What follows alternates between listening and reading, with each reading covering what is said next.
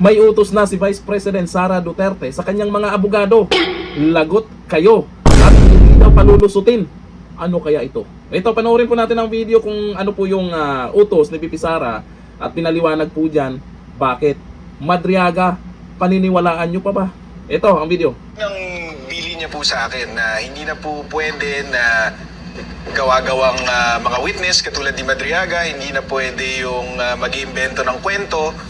Kasi lalo na ngayon na kunyari ginamit sa impeachment na napakahalagang proseso, ang pwedeng mangyari dito kapag kasinakyan to ng mga politiko, kagaya ng nangyayari ngayon, is mawawalan ng vice presidente na duly elected ng tao. So masyado nang mabigat yung consequence, hindi na pwedeng hayaan na lamang. Kaya minabuti niya na simula ngayon, kakasuhan na yung dapat kasuhan, panagutin na yung dapat panagutin, para maaga pa lang hindi na lumaki yung problema, hindi na malinlang yung tao. Tapos na yung mga araw na hinahayaan na lang ni VP Sara yung mga naninira sa kanya at sa pamilya niya. So hindi na siya papayag na ganon. Speaking of naninira, ano po bang kahit paano bukod nung inyong pagsampa ng perjury?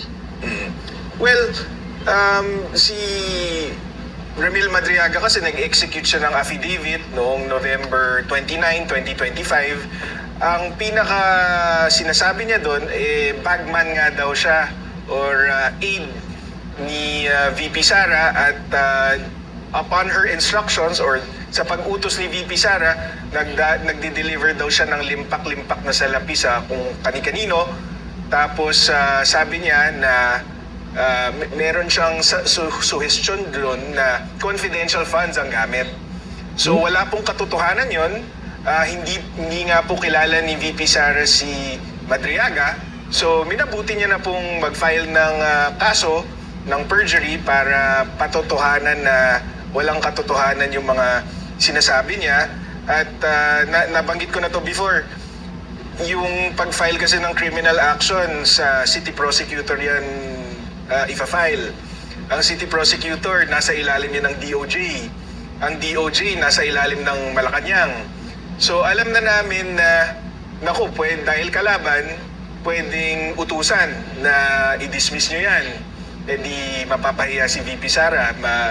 Maiisip ng tao ngayon na totoo pala yung sinasabi ni Madriaga. So minabuti namin, umabot ng 340 pages yung aming complaint affidavit dahil gusto namin airtight yung complaint. Yung bukod dun sa testimonya ni VP Sara, dinagdagan pa namin ng 7 affidavits ng witnesses, supporting witnesses. Tapos linagay na namin lahat ng documentary evidence na makapagpapatunay na hindi sila magkakilala talaga.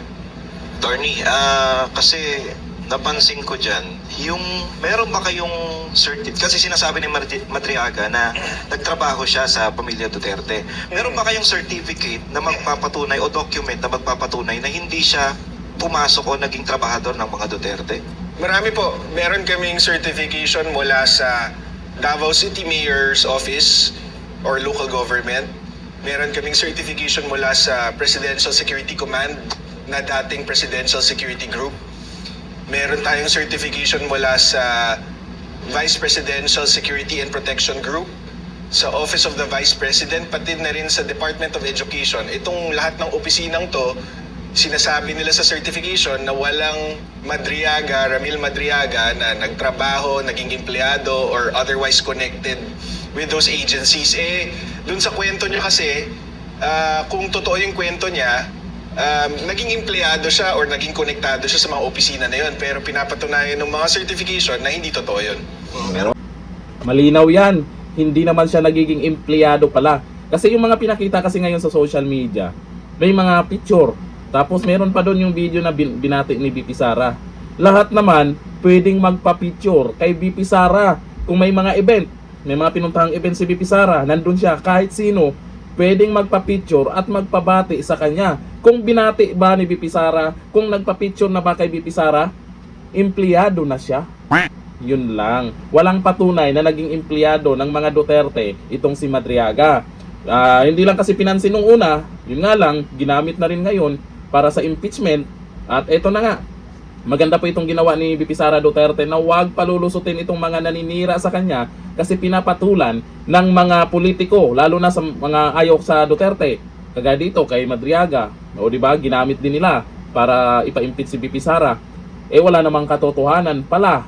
Kaya sa iba dyan na planong manira kay VP Sara, lagot kayo. Hanggang dito lang, thank you.